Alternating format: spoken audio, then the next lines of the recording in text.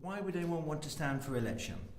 Generally, most people, when they ring you up, with an issue, to complain, or they've got a problem and you're trying to deal with that.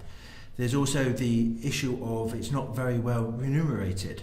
And if you want people to get involved in there, maybe you should think about having a more, not a professional class politician, but to give an allowance to a politician which is a living wage. So they don't have to rely on getting a second job or third job to be able to serve the community they've been elected to do. It's always an emotive subject when you talk about money and politicians, but we need to have that sensible debate to allow people who have young families to take part in democracy and be elected, because historically and as you look at most councils now, it is of the retired or those of the independent means. We also talked about changing meetings. What sort of things would you like to see that would to change meetings to make them more accessible? I mean, I think we have to have better online content and a better input from people who are maybe in their own sofas with a webcam to actually take part in the debate. The theory's there, but it's how to put it in practice.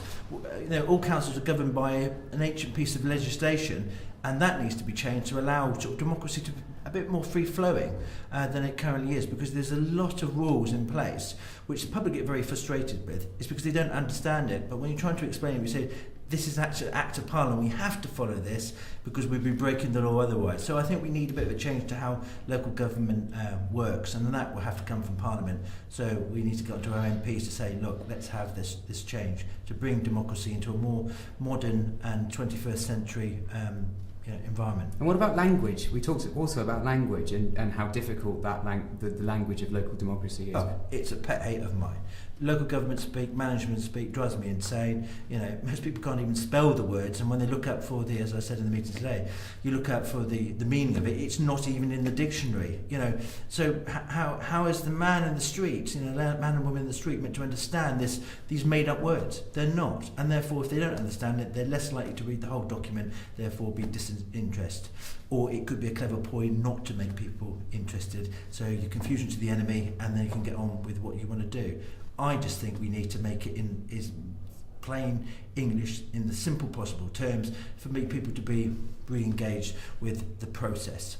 You're an independent councillor. We've seen, we're about to see the advent of police and crime commissioners, many of whom many of the candidates who are standing are hopefully going to be independent. What else can be done for supporting independent politicians? Independents by nature are independent. They set their own manifesto.